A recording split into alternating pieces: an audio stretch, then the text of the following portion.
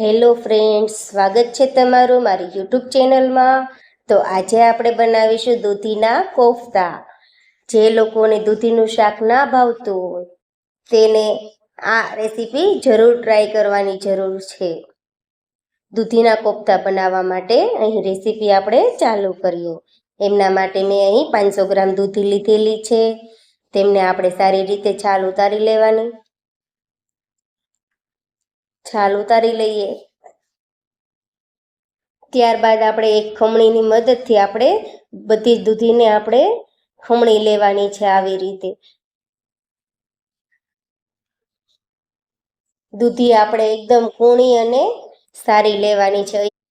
મેં તુમડી દૂધી લીધેલી છે અને બી વગરની લેવાની છે આપણે દૂધી. તો તમે જોઈ શકો છો કે આપણી દૂધી સારી રીતે ખમણાઈ ગઈ છે અને તેમાં મેં 1 ટેબલ સ્પૂન જેટલું મીઠું નાખેલું છે, જેથી કરીને આપણી દૂધી કાળી ના પડે. આવી રીતે આપણે મિક્સ કરીને દૂધીમાં જેટલું પાણી છે તેટલું પાણીને આપણે સાવ નિતારી લેવાનું છે.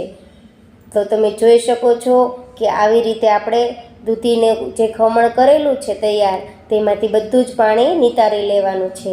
તો આવી રીતે આપણે બધી જ દૂધીનું પાણી કાઢી લેવાનું છે અને આપણે કોફતા બનાવવા માટે રેસીપી ચાલુ કરીએ. એમના માટે મેં 1 કપ ચણાનો લોટ લીધેલો છે.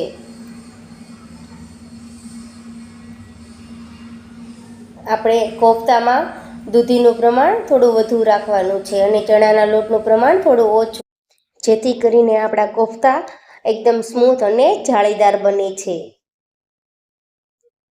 તેમાં મેં 1 ટેબલ સ્પૂન જેટલું મીઠું નાખેલું છે, 1 ટેબલ સ્પૂન જેટલું હળદર પાવડર નાખેલું છે અને 1 ટેબલ સ્પૂન જેટલું લાલ મરચું પાવડર આપણે એડ કરવાનું છે અને 1 ટેબલ સ્પૂન જેટલું આપણે ધાણા જીરું પાવડર એડ કરવાનું છે.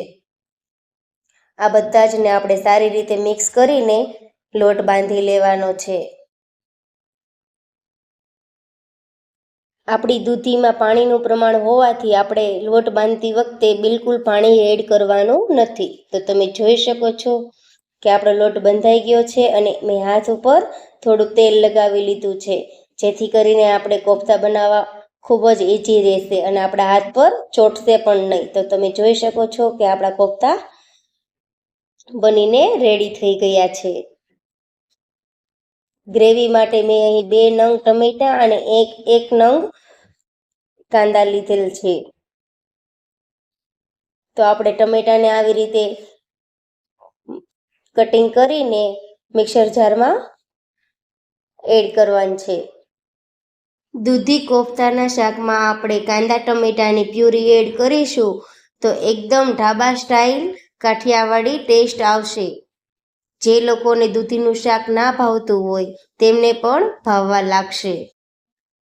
એટલે જ તો કહેવાય છે આપણા ગુજરાતી લોકોના ઘરમાં દૂધી કોફતાની વાનગી ખૂબ જ અવારનવાર બનતી હોય છે અને ખૂબ જ ટેસ્ટી બને છે. તેમાં મેં થોડા કાજુના ટુકડા એડ કરેલા છે અને 1 નંગ મેં મરચું એડ કરેલું છે, કટિંગ કરેલું.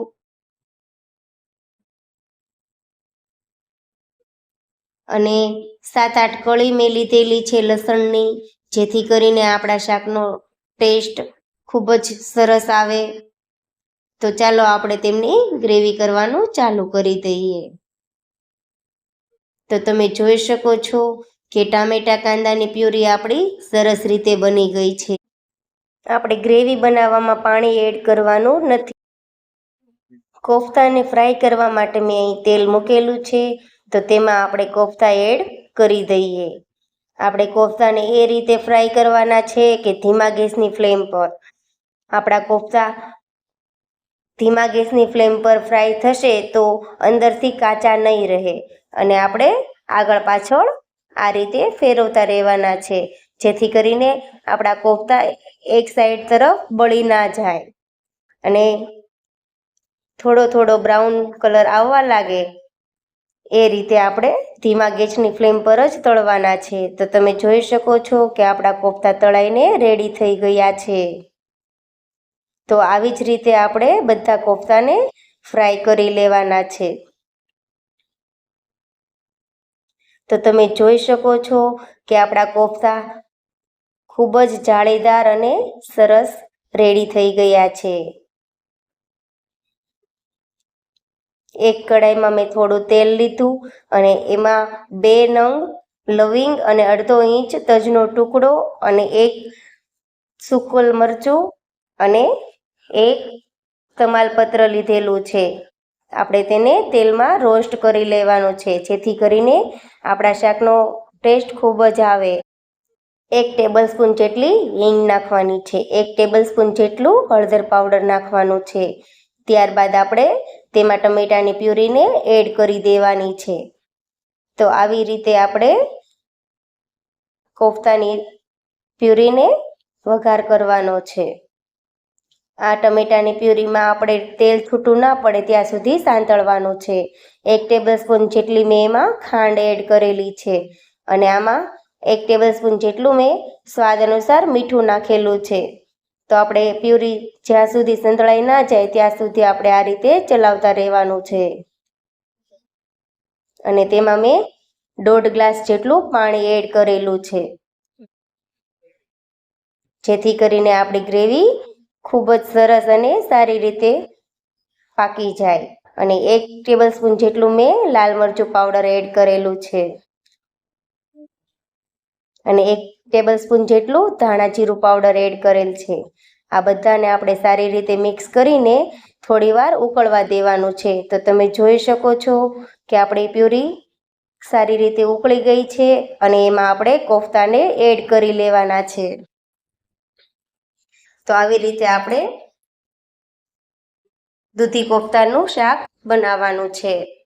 તો આપણે કોફતા એડ કરેલા છે તે સારી રીતે પાકી જાય એના માટે આપણે 5 મિનિટ પૂરતું તેમાં ઉકળવા દેવાનું છે.